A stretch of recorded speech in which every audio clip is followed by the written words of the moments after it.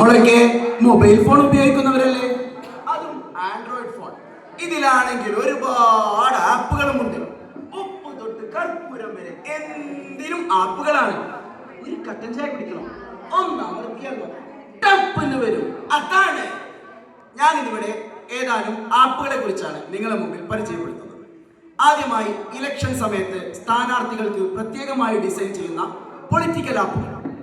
മുഖ്യരസങ്ങൾ, ശൃംഗാരം, ഹാസ്യം, കരുണം.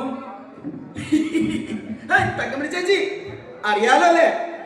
ഒന്ന് ചോട്ട് ഒന്ന് പതുക്കെ ചോട്ടി.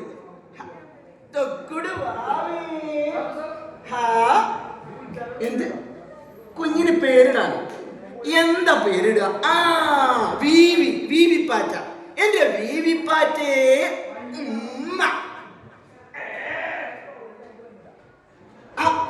ചേച്ചി കുറച്ച് ചോറ് തരോ? അയ്യോ, നിങ്ങളെ പോലെയുള്ള വലിയ ആളുകളൊക്കെ ഞങ്ങളെ വീട്ടിൽ വന്നാല് എന്താ തരിക?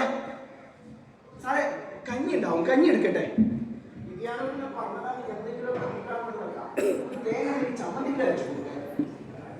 സാറേ കഞ്ഞി.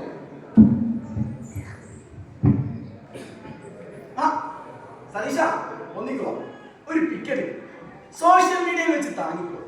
കോരന്റെ കുടിയിൽ ഞാൻ എങ്ങനെ അടിപൊളിയല്ലേ?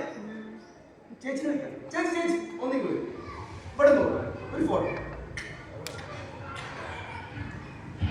അപ്പോ ഒക്കെ പറഞ്ഞതുപോലെ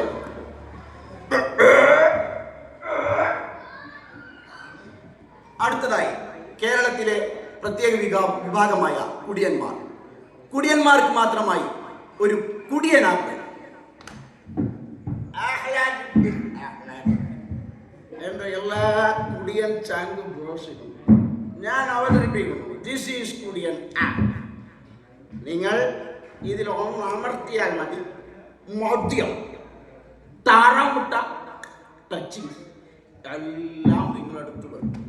അഥവാ നിങ്ങൾ വെള്ളടിച്ച് കിണ്ടിയാൽ റോഡിൽ വീണു വെച്ചു, ഈ ആപ്പ് നിങ്ങളെടുത്ത് വീട്ടിൽ കൊണ്ടായി. അപ്പൊ എങ്ങനെ ഡൗൺലോഡ് ചെയ്യല്ലേ? ദിസ് ഈസ് കുടിയൻ ആപ്പ്. സർക്കാരിന്റെ വക പബ് ആൻഡ് വാച്ച്. അടുത്തതായി കേരളത്തിലെ ലക്ഷക്കണക്കായ കർഷകർക്കായി ഒരു കർഷക ആപ്പ്. ദൈവമേ, മടുത്തു ഈ ജീവിതം. എത്ര അധ്വാനിച്ചാലും പട്ടിണി മാത്രം മാറ്റി. കൺട്രി ഫാർമർ മോഡേണായി മരിക്കൂ. This is suicide app. ഇതിൽ ആദ്യമായി നിങ്ങൾക്ക് കേരളത്തിലെ റോഡിൽ വീണ് രക്തം വാർന്ന് മരിക്കാം. അടുത്തതായി നിങ്ങൾക്ക് ലോക്കപ്പിൽ കിടന്ന് പോലീസിന്റെ ചവിട്ടേറ്റ് ശ്വാസം മുട്ടി മരിക്കാം. അതുമല്ലെങ്കിൽ സ്കൂളിൽ വളരുന്ന പാമ്പുകളുടെ കടിയേറ്റ് മരിക്കാം. This is suicide app. Download ചെയ്യല്ലേ? ഇനി പുതിയ തലമുറ ഫ്രീ ഫയർ, പബ്ജി തുടങ്ങിയ ഗെയിമുകളിലൂടെ പഠിക്കുന്നത് മനുഷ്യരെ വെടിവെച്ചു കൊല്ലാനാണ്. Double kill, triple kill.